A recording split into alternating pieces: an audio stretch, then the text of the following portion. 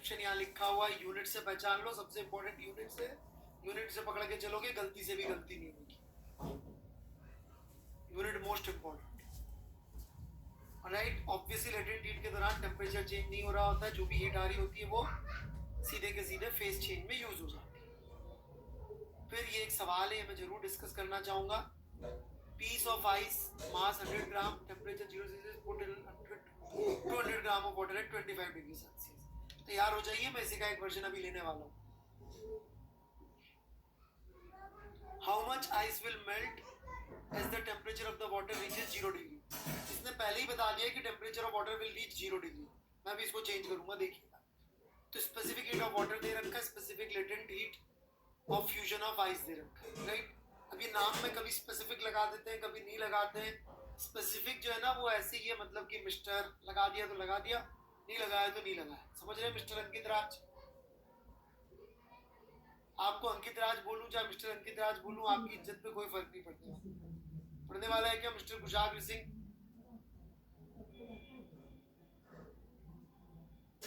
वैसे ही रहेंगे आप। राइट, अभी इज्जत करने लायक बनना पड़ेगा पहले आपको। तो इसमें क्या किया, जब इसने टेम्परेचर दे ही दिया 0 पे पहुंच रहा है, तो 25 से 0 के लिए कितनी हीट रिलीज हुई ये निकाल लिया। फिर क्या किया, इतनी हीट से कितना आइस मेल्ट होगा वो निकाल लिया, 62 ग्राम। अब मैं सवाल चेंज कर रहा हूँ, सब कुछ सेम है, मैं सवाल चेंज कर रहा हूँ। मैं कह रहा हूँ ये 100 ग्राम नहीं है, आइस जो है 10 ग्राम। तो ऑब्वियसली फाइनल टेम्परेचर शायद 0 नहीं होगा, कुछ और होगा। करेंगे क्या ट्राई? करिए ट्राई।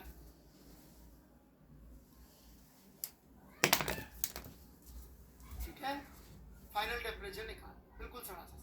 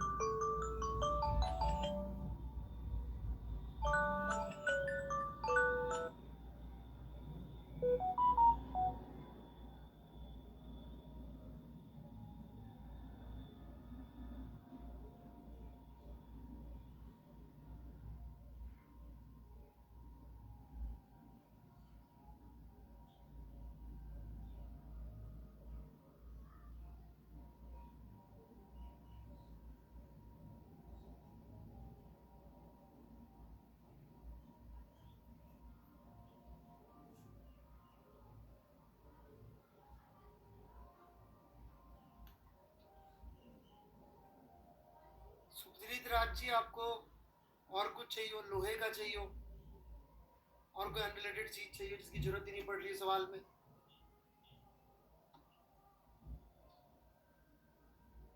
बहुत इरेलेवेंट चीज है दुनिया में। चलिए जी, मैं शुरू करता हूँ। कैसे सॉल्व होगा देखिए, क्योंकि हम सॉल्व कर चुके सवाल, तो हमें पहले से पता है कि यार ये 25 से 0 पे आता, राइट, तो हीट देता 21,000, राइट, उसे 62 ग्राम पिघलता। पर जब यह आईसी 10 ग्राम है तो ये 25 से 0 पे तो नहीं आ पाएगा, राइट? तो ये पानी कितने पे आएगा? 25 से किसी थीटा पे आएगा। तो पानी कितनी हीट रिलीज करेगा? पानी हीट रिलीज करेगा 200 इंटू 25 माइनस थीटा इंटू 4200, और ये 200 की जगह हो जाएगा 0.2। I am sorry about that.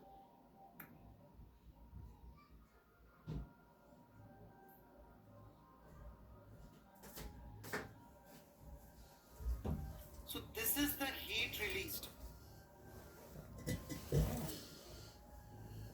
right? अब ये ले कौन रहा होगा heat? Who is consuming this heat? Ice. तो आइस जब कंज्यूम करेगा तो सबसे पहले तो बनेगा पानी।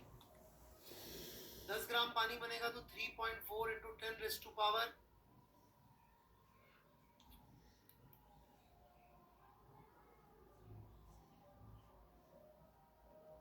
5। अब क्या ये यहीं पे रुका रहेगा, अपना टेम्परेचर बढ़ाएगा और 0 से जाएगा थीटा पे।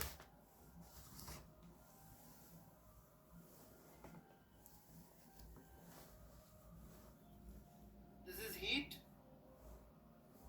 टेकन, इक्वेट कर दीजिए तो heat given, heat taken, equate कर दीजिए।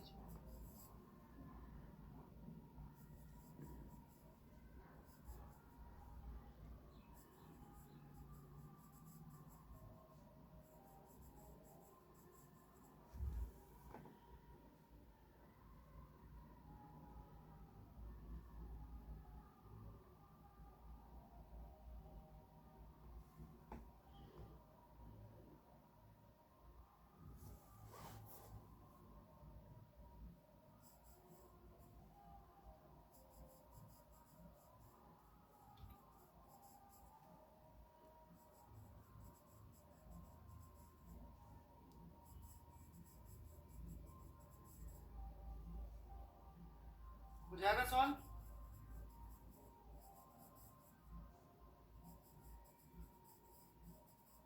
थीटा को एक साथ इकट्ठा कर लीजिए।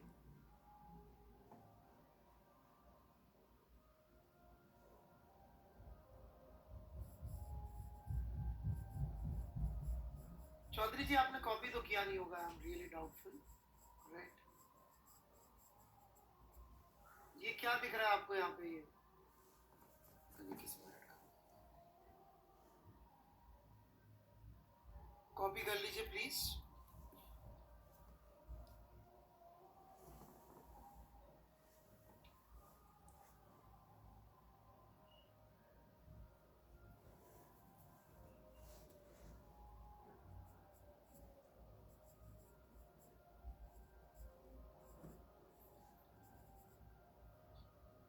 सॉल्व कर लिया। थीटा के लिए कितना आ रहा है? 20 आ रहा है अप्रोक्सीमेटली।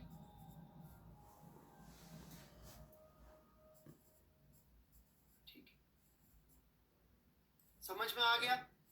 देखिए आइस जो है वो पिघला, पिघल के गर्म हुआ, और ये सिर्फ ठंडा हुआ पानी, दोनों को बराबर।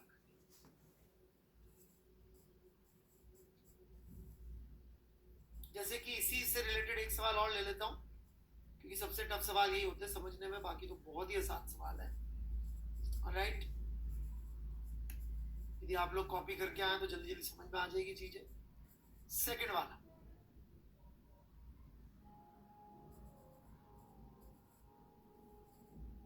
एक बार देख लीजिए इसको, फिर डिस्कस कर लेते हैं।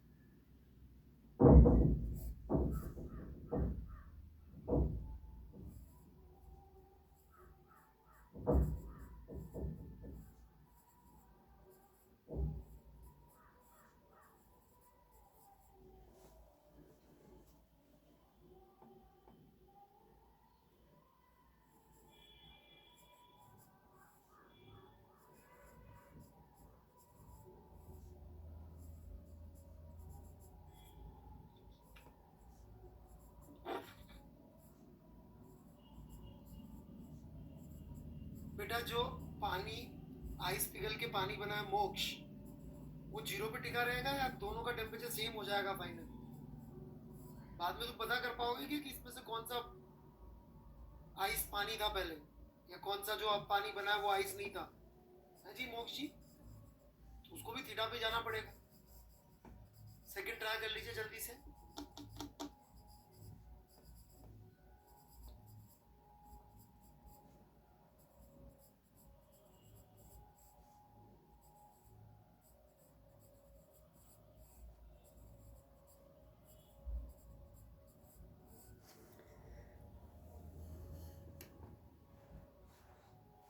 देखिए इसमें वर्मा जी ने एग्जैक्टली वही चीज करके दिखाई है जो मैं बोल रहा था। शुरू करता हूं मैं। 5 ग्राम पीस ऑफ आइस एट -20, अब आइस है -20 पे, और 10 ग्राम वाटर में डाला जो कि 30 पे है। इन दोनों में हीट एक्सचेंज हो रहा है। Find the final temperature of the mixture. अब देखिए हम सॉल्व नहीं कर रहे हैं, आप सोचिए कैलोरीमेट्री में सीधे इक्वेशन लिखते हैं। हम देखिए तो सॉल्व नहीं कर रहे, किसी के बराबर नहीं कर रहे हैं। पहले चेक करते हैं कि क्या संभावनाएं हैं, right? The heat given by the water when it cools down from 30 to 0। भाई जो पानी है वो 0 पे लेके आए तो मालूम पड़ा जी इतनी हीट दे सकता है। अभी एक्चुअली यहाँ पे क्या कर रखा है उन्होंने, आइस दे रखा -20 पे, लेकिन 5 ग्राम ही दी। ये 5 ग्राम की जगह मान लो ना 5000 ग्राम होता है, तो हम तुक्का मारते कि यार हो सकता है ये पानी अब जम भी जाए। समझ रही थी, 5 की बजाय 5000 ग्राम होता तो अपन उल्टा भी लेके आते। तो ये थोड़ा सा आपको तुक्का मारना पड़ रहा है, लेकिन चूंकि 5 ग्राम दे रखा है तो अपन इसके आगे गए। अपन ने बोला नहीं, अपन पहले आइस को देख लेते हैं। निकाल तो ये भी सकते कि 10 ग्राम को जमने के लिए कितनी हीट चाहिए, नहीं निकाल सकते कितनी हीट देगा जब ये जमेगा, राइट? पर वो हम अभी नहीं निकालेंगे। ऋषभ जी मैं अभी पढ़ा रहा हूँ, राइट? कोई प्रीरिक्विजिट नहीं चाहिए अभी हीट के लिए, तो ठीक है। जैसे अगली क्लास में हीट ट्रांसफर शुरू होगा, ऐसी वहां से पढ़ के आ जाइएगा, समझ में आ जाएगा। अब मैं पढ़ा रहा हूँ, है ना? The heat required to bring ice to 0 degree Celsius. अब पहले तो -20 से 0 लाओ।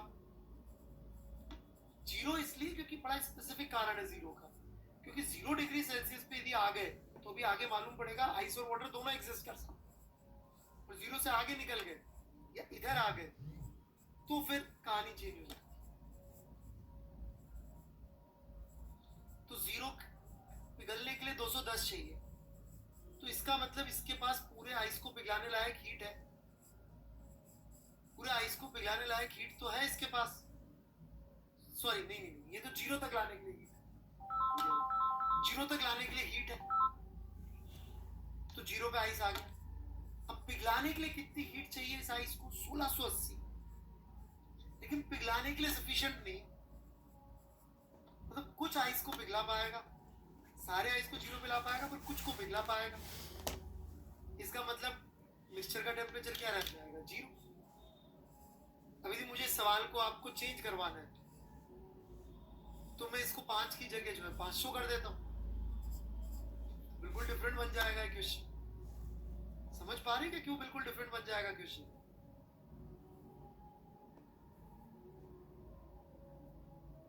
क्योंकि फिर आपको पूरा का पूरा पानी जम जाएगा।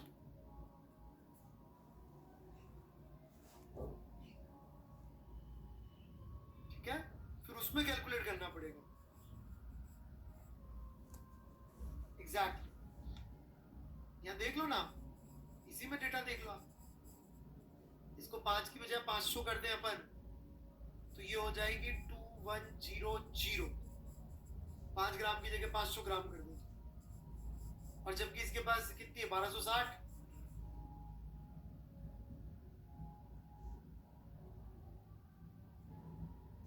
तो पूरा 0 पे आ जाएगा, और उसके बाद ये हीट और ले सकते हैं तो देता जाएगा। इसको फिर जमाते जाएंगे। जमाने के लिए कितनी चाहिए होगी? जमाने के लिए चाहिए होगी 1680 इंटू डबल, तो उतनी भी अवेलेबल होगी। कितना हो गया ये? 3360 हो गया शायद, राइट?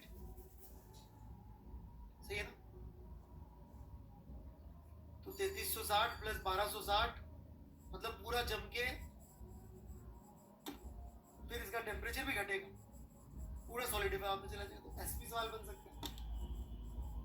समझ में आई बात की नहीं आई?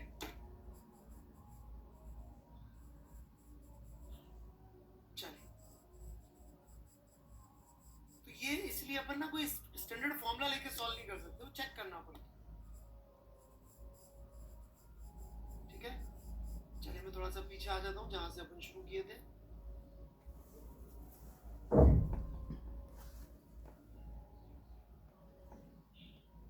हाँ जी बिल्कुल सोनी जी, आपके जीवन का फेवरेट काम।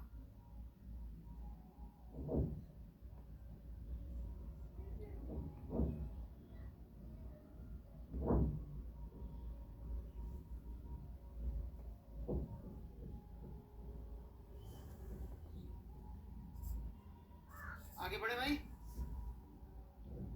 अब ये स्पेसिफिक हीट और लेटेंट हीट निकालने का जुगाड़बाजी दे रखा है, ये जबरदस्ती की बात है, किसी काम का नहीं है। नहीं, बिल्कुल इंपॉर्टेंट नहीं कुणाल जी, बिल्कुल फर्जीवाड़े के एक्सपेरिमेंट है ये, कोई मतलब नहीं है। राइट, तो ये फॉर्मूले वॉर्मूले दे रखे हैं, नहीं स्किप मत करो, पढ़ लो रितिका जी। मैंने ये नहीं कहा है कि स्किप कर दो, मैंने कहा इतने इंपॉर्टेंट नहीं, पढ़ ले तो कोई बुराई नहीं है भाई रितिका जी।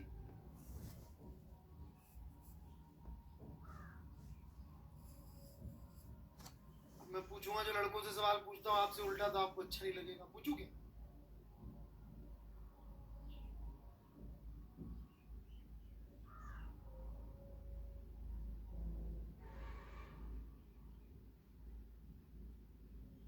विराट कोहली की वाइफ कौन है? पता है ना अपन को?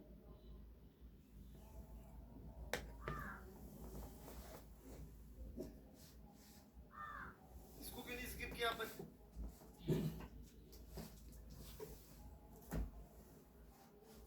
हाँ, नवकीरत Singh ji, mechanical equivalent of heat पे मैं 25.9 अभी कराया नहीं। फिर calorimeter of water equivalent this contains this water at 25 degrees Celsius, steam at this is passed through the water. ये थोड़ा ध्यान से समझिएगा। For some time, the temperature is increased, the mass of calorimeter content increases by 1.5. ये बहुत important बात है। 1.5 ग्राम मास increase क्यों हुआ होगा? क्योंकि स्टीम कंडेंस हो गई है। कंडेंस हुई होगी तो इतनी हीट तो उसने रिलीज कर दी होगी कंडेंसेशन की वजह से। फिर वो 100 से 30 पे पानी भी बनी होगी। ऐसा तो है नहीं कि मैं तो स्टीम से मैं तो पानी जो है स्टीम से बना हुआ तो मेरा टेम्परेचर तो 100 ही रखूंगा, ऐसा थोड़ी होता है। मिक्सचर का टेम्परेचर तो फाइनल 30 रहेगा। तो उसने इधर भी हीट रिलीज करी होगी, टोटल इतनी हीट हुई है रिलीज। और कैलोरीमीटर और उसका जो ठंडा पानी था उसमें उसका टेम्परेचर इतना बड़ा, तो इतनी हीट इसने करी एब्सॉर्ब। तो heat release is equal to heat absorb, solve कर दिया हल्की। करेक्ट भाई। हीट किस किसने एब्सॉर्ब करी? तो कैलोरीमीटर खुद, और उसमें जो पानी था वो, और दी किसने? 1.5 ग्राम स्टीम ने पहले पानी बन के फिर पानी को 100 से 25 पे 30 पे। क्लियर है?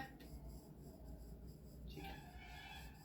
ये महान जेम्स प्रेस्कॉट जूल ने जो एक्सपेरिमेंट किया था वो है ये, जब उन्होंने ये प्रूव किया था कि मैकेनिकल एनर्जी को थर्मल एनर्जी में कन्वर्ट कर सकते हैं। राइट, तो मैकेनिकल वर्क कितना होगा?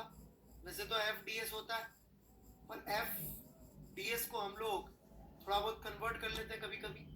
कैसे कन्वर्ट कर लेते हैं? ds को लिख देते हैं r d थीटा, और ये r होता है perpendicular to the line joining करके, तो ये टाउ d थीटा बन जाता है। इनफैक्ट जैसे अपना f इंटू v पावर होता है, वैसे टाउ इंटू ओमेगा भी पावर ही होता है। यदि आप एचसीएम में पढ़े होते तो उसमें दे रखा है रोटेशन में ऐसा। तो ये इक्विवेलेंट कॉन्सेप्ट है जी, समझा भी रखा है इन्होंने आप।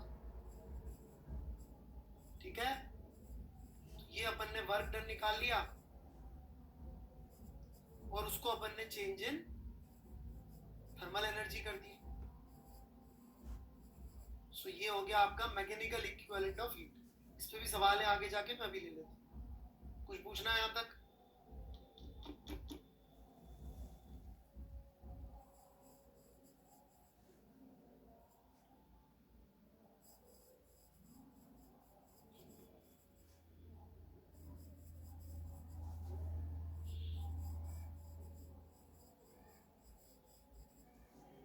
या वर्मा जी बड़ी इंटरेस्टिंग बात कह रहे हैं. We say that the heat is developed when the blocks are the surface. Such a use of word of heat is made only due to tradition, though it is not strictly correct. It is better to say thermal energy is produced. ये थोड़ी सी interesting बात है कि हम लोग बात करते हैं हीट इज प्रोड्यूस्ड या डेवलप्ड, जबकि कहना चाहिए thermal energy is produced. Right, क्योंकि हीट जो है वो तो खुद ही अपने आप में एक एक्शन है.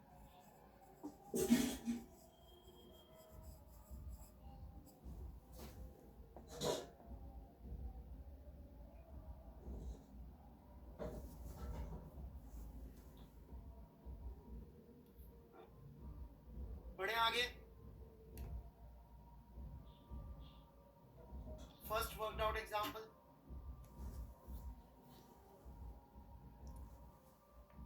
ये तो बहुत ही सड़ा हुआ सवाल है. -10 डिग्री सेल्सियस का आइस लेके उसको कैसे स्टीम बनाए 100 डिग्री सेल्सियस की.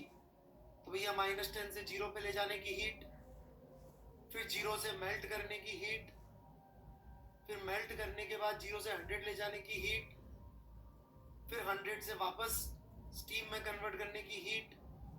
तो 2 लेटेंट 2 स्पेसिफिक लगवा रहा है और कुछ नहीं है. बहुत ही मतलब क्या बोले, आप लोगों के टाइप का सवाल है. सॉरी.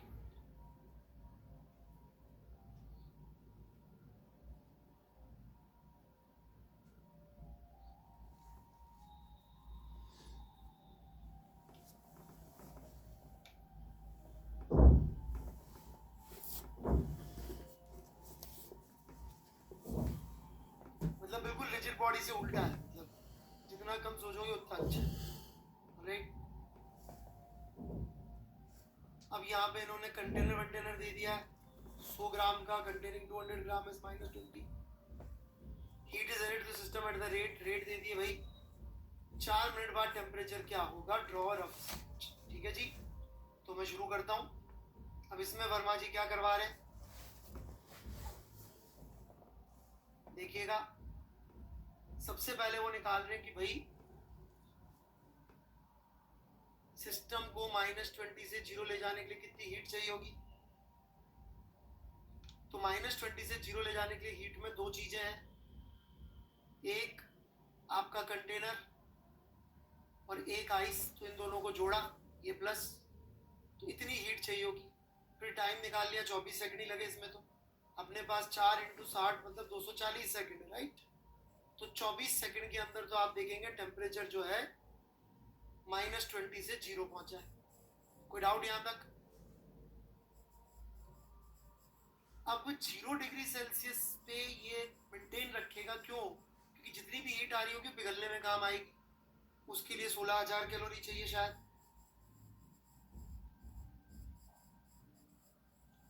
तो 16,000 कैलोरी में कितनी देर लगी है निकाल लिया, 160 सेकंड. तो 24 पहले, 160 अभी. तो अब ये पहुंच गया है सारा का सारा 0 डिग्री सेल्सियस का पानी प्लस एल्यूमिनियम तो अभी तक 0 पर ही. अब टेम्परेचर बढ़ना शुरू होगा.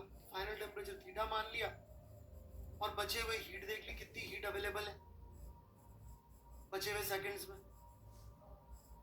तो हीट को अपन ने मल्टीप्लाई कर दिया, सॉल्व कर दिया थीटा के लिए.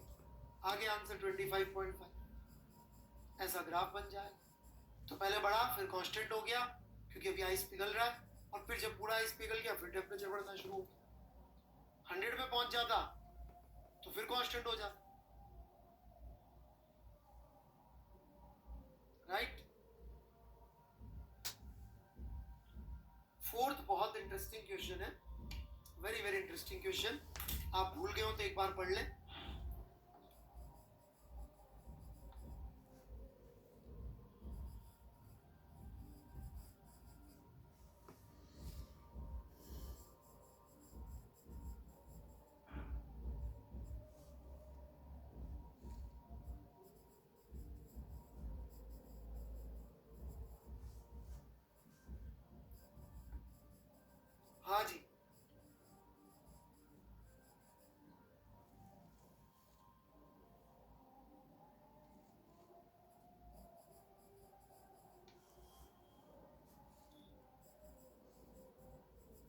क्योंकि बेसिकली थीटा वर्सेस क्यू का ग्राफ है, क्योंकि Q is rate of heat supply into time, जो कि कांस्टेंट है। यदि आप देखेंगे तो Q is equal to M S theta, तो थीटा बटे क्यू इज 1/ms।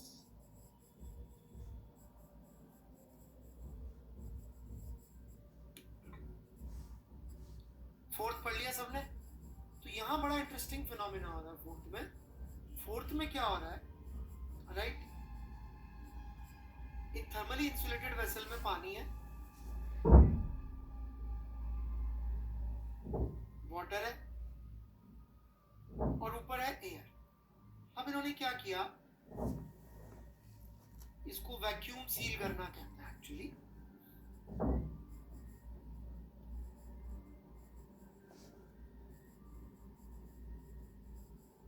इसमें से एयर निकाल, तो अब जैसे ही आपका एयर निकलनी शुरू होती है, राइट, तो प्रेशर कम होएगा अंदर का।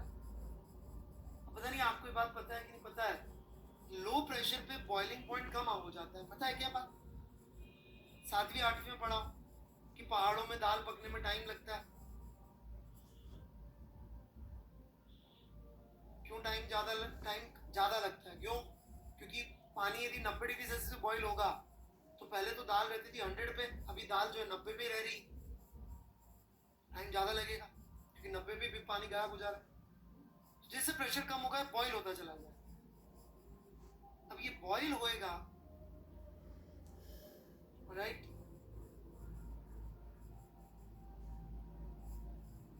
M-M,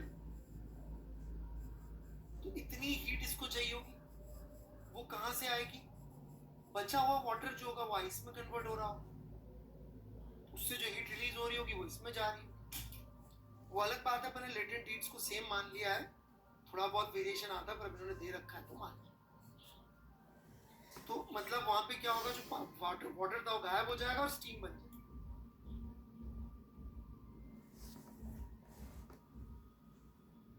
वाटर से ही एनर्जी आइस में जो कन्वर्ट होने पे रिलीज होगी वो स्टीम के काम आ जाएगी। सो ये बड़ा डिफरेंट थॉट प्रोसेस का क्वेश्चन, ठीक है? कोई डाउट यहां तक?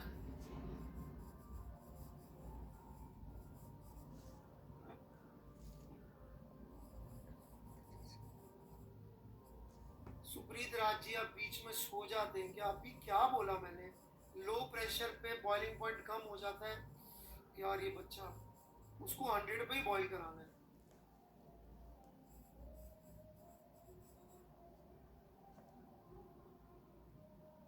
बेटा बीच बीच में जाग के डाउट पूछते हो क्या सुप्रीत राज?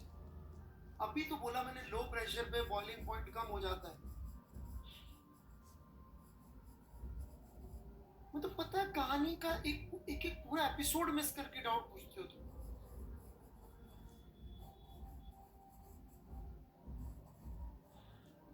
थर्ड एपिसोड देखते हो, फोर्थ मिस करते हो, फिफ्थ में डाउट पूछते हो।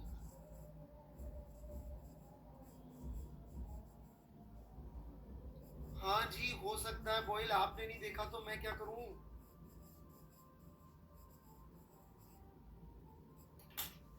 गूगल पे सर्च कर लेना यार, मेरा एक जरूरी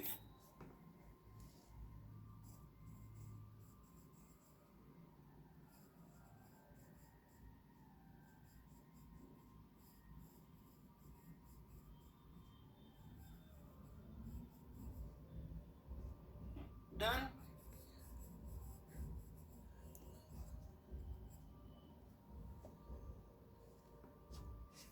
जब पहाड़ों पे 100 से 90 हो सकता है थोड़ा प्रेशर कम होने से, तो और प्रेशर कम करने से 0 पे भी तो हो सकता होगा। इसमें क्या है?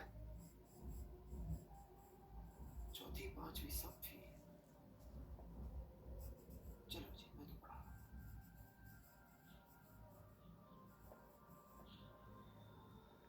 Lead bullet penetrates into a solid object. नहीं पढ़ा? दाल बनाने में टाइम लगता है, चावल पकने में टाइम लगता है पहाड़ों में। 50% ऑफ एनर्जी सुप्रीत राज जी फिर गायब हो गए। मैसेज करके शीतल जी अनअकैडमी पे, देखो फिर से गायब हो गया सुप्रीत राज, फिर जागेगा, फिर बोलेगा बुलेट से मारा क्यों नहीं आदमी, वो आदमी है ही नहीं, मैं क्या करूं।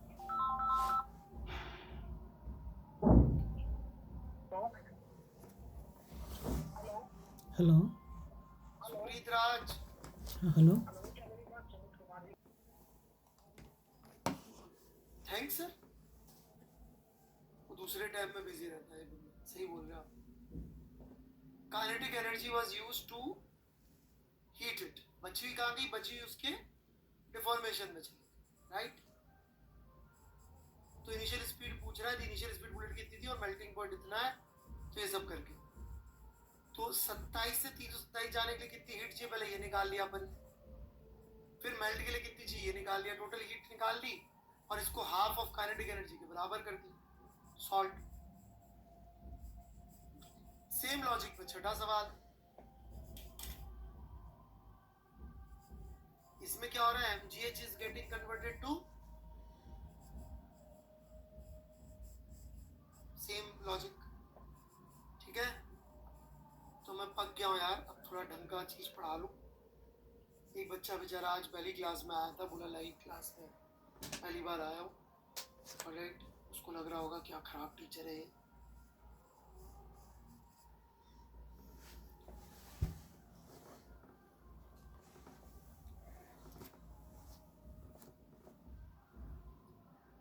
कौन था वो, है कि चला गया भाई, चला गया लगता है। अच्छा है चौधरी साहब, चौधरी जी मैं ऐसा नहीं हूँ, ये चैप्टर ऐसा है, थोड़ा समझिएगा, है ना। मैं बहुत बढ़िया आदमी हूँ, चैप्टर खराब।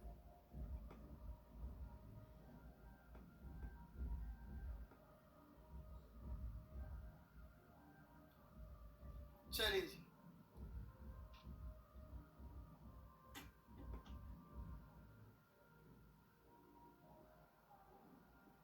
शुरू करें हम।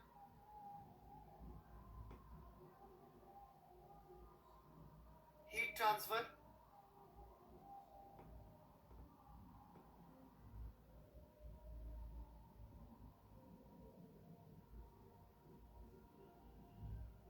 जैसे आपने रिलेटिव मोशन पढ़ाया था, मैं ठीक हूँ। दिया रस्तोगी जी, आप मेरी मजाक उड़ा रही हैं या पॉजिटिव में बोल रही है, समझ में नहीं आ रहा।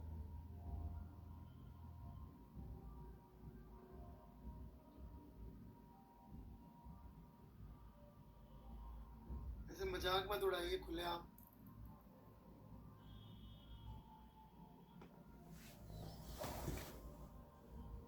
प्लस में बोल रही थी,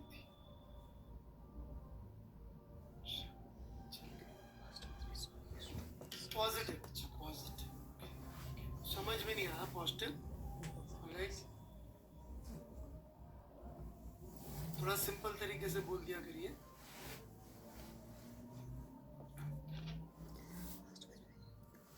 बढ़े क्या आगे, हीट ट्रांसफर। तो इसमें देखिए सबसे डिफिकल्ट पार्ट है रेडिएशन। जेई वाले करीब करीब अब तो हर साल रेडिएशन पे एक सवाल देने लग गए और अच्छा कॉन्सेप्चुअल क्वेश्चन दे रहे हैं हर बार, राइट। तो उस पर बहुत मेहनत करने की और उसको बहुत तमीज से समझाने की मेरी इच्छा है। उसमें सहयोग आपका ये चाहिए होगा कि वर्मा जी ने बहुत शानदार लिखा है इस चैप्टर को, राइट। वर्मा जी ने जितना लिखा अपन उससे आगे जाके इसकी बात करेंगे, उससे पीछे नहीं रहेंगे। चैप्टर है अपना 28, ठीक है। और इसमें 3 पार्ट होते हैं हीट ट्रांसफर, कंडक्शन, कन्वेक्शन और रेडिएशन। कन्वेक्शन प्रैक्टिकली मान लीजिए सिलेबस में नहीं है टाइप से, मतलब है पर ऐसे ही नाम को। कंडक्शन महाफर्जी है कि मतलब कैलोरीमेट्री जितना फर्जी नहीं, उससे थोड़ा सा बेटर है। रेडिएशन जो है वो सबसे कॉन्सेप्चुअल, सबसे ज्यादा अच्छा है। तो मैं क्या कर रहा हूँ, मैं सबसे पहले रेडिएशन ले रहा हूँ, राइट, क्योंकि सारा दम उसी में, जो कि शुरू होता है सेक्शन 28.5 से। जैसे कि आप अब होगा कि अपन ने रिजिड बॉडी सबसे पहले लिया था, राइट?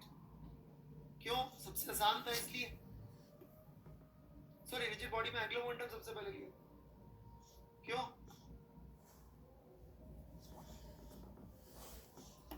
ताकि वो सोच में आ जाए, राइट? प्रैक्टिस हो जाए, टाइम ज्यादा देना। वैसे ही सेक्शन 20.8.5 ऑनवर्ड्स पेन के साथ रीडिंग मारनी। कैसे प्रैक्टिस करनी, कैसे रीडिंग मारनी है? पेन के साथ। पेन के साथ कैसे मारते हैं रीडिंग? चित्र और गणित। नहीं, अंडरलाइन नहीं करना चाहिए। चल,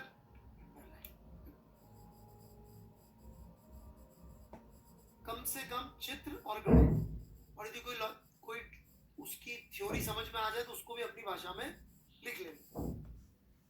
नहीं तो कम से कम चित्र और गणित तो ऐसे कैसे कॉपी मार, क्योंकि जेई में पिछले 3-4 सालों में इसके 3 बार सवाल आ गए, यदि मुझे सही याद है, और अच्छे सवाल आ रहे, क्योंकि बड़ा कॉन्सेप्चुअल है और इससे बच्चे भागते हैं, राइट?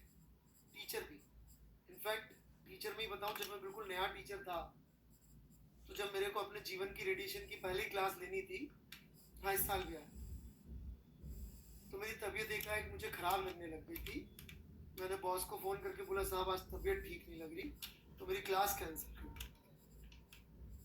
सच्चाई ये कि मुझे समझ में नहीं आ रहा था पढ़ाऊंगा क्यों, ठीक है? तो बॉस को तो नहीं बता सकता था, तो आप समझ सकते हैं कितना डिफिकल्ट चैप्टर है, राइट? चौहान जी, अब मैं क्या खुद की बुराई भी छुट्टी कर लाऊंगा क्या यार? क्या खुद की बड़ाई तो झूठ कर सकता है आदमी, खुद की बुराई कौन झूठ करता है यार? हाँ हाँ, अगले दिन पढ़ाया था, अगले 48 घंटों में 3 दिन में मेरे पास संडे भी था बीच में, तो लग के खूब पढ़ाई करी, राइट? और फिर पढ़ा दी अच्छे से, ओके?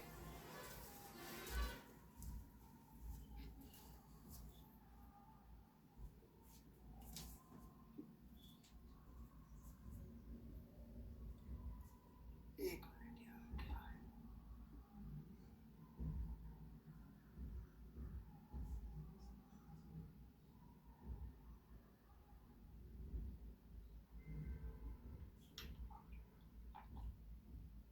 इतने दिवाली ऑफर के फोन आ रहे हो, मेरा एक जरूरी फोन आना, उसके अलावा सारे आ रहे हैं। चलो, ऑलराइट, रेडिएशन।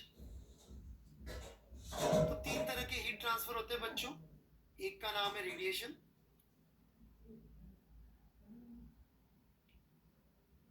और बाकी के 2 हैं कंडक्शन और कन्वेक्शन, ठीक है?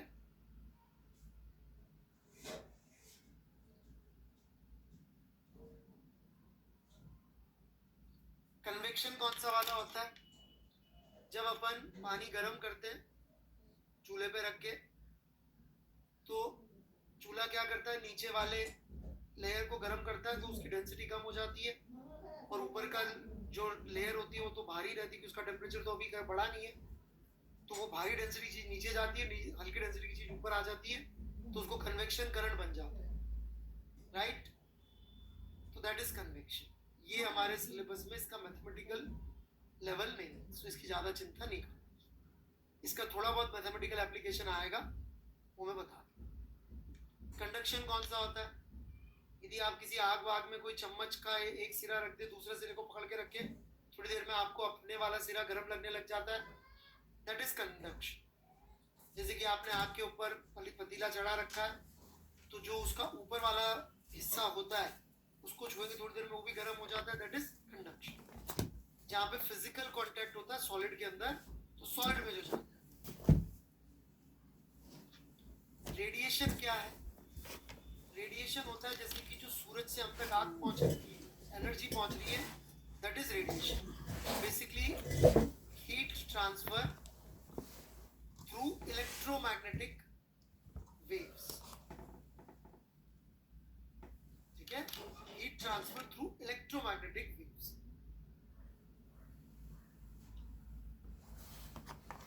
समझ में आई क्या बात? जैसे सर्दियां सर्दियां आ गई हैं, सर्दियों में एक बड़ा इंटरेस्टिंग काम होता है, खुले में बैठो तो आग जला के बैठना, बहुत मजा आता है। समीर श्रीवास्तव जी को बहुत ज्ञान है दुनिया भर का, राइट, इंफ्रारेड, महाज्ञानी इंसान है ये भी। एक जो है ना, कुछ होते हैं ना जो मतलब उनको चैटिंग के बिना उनकी जिंदगी नहीं निकल सकती। बेटा यही नौकरी मिलेगी तेरे को चैटिंग करने की, कस्टमर केयर की, याद रखना। मदद मिलेगी सर। नंबर बताइए आप। वही इंटरेस्ट है, वही मिलेगी ना। 2 साल पहले उसका तलाक हो गया। सुधर जाओ।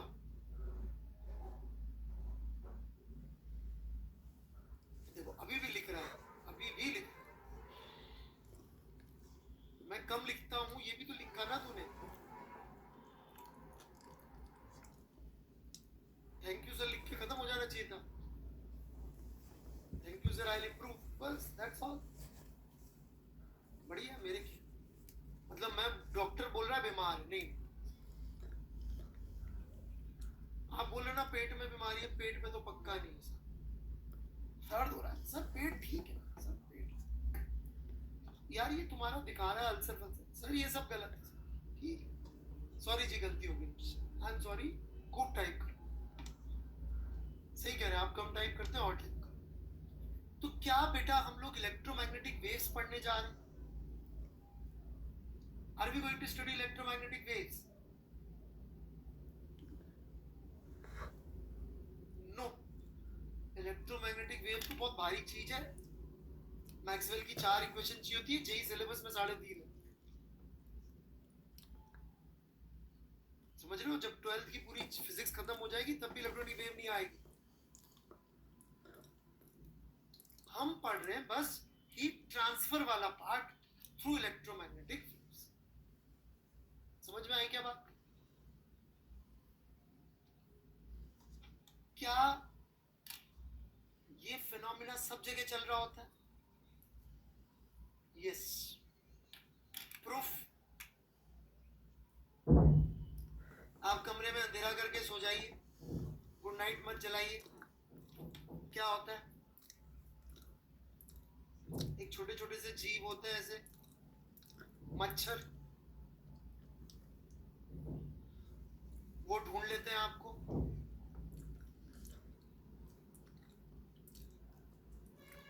और अपना डिनर करने आ जाते हैं बेचारे गरीब, राइट? कैसे ढूंढ लेते हैं?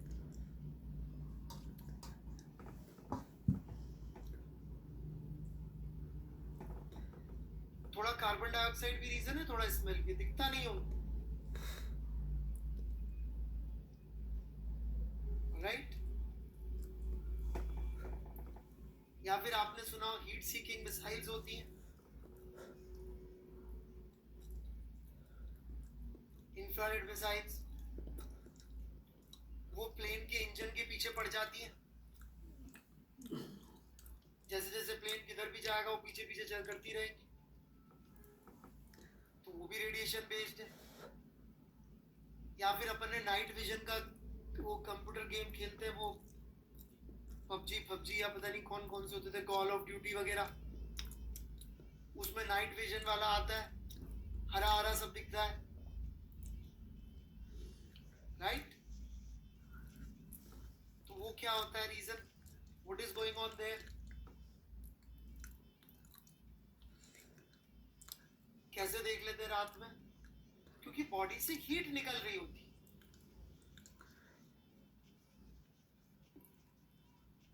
राइट? तो सब चीजें रेडिएशन कर रही हैं।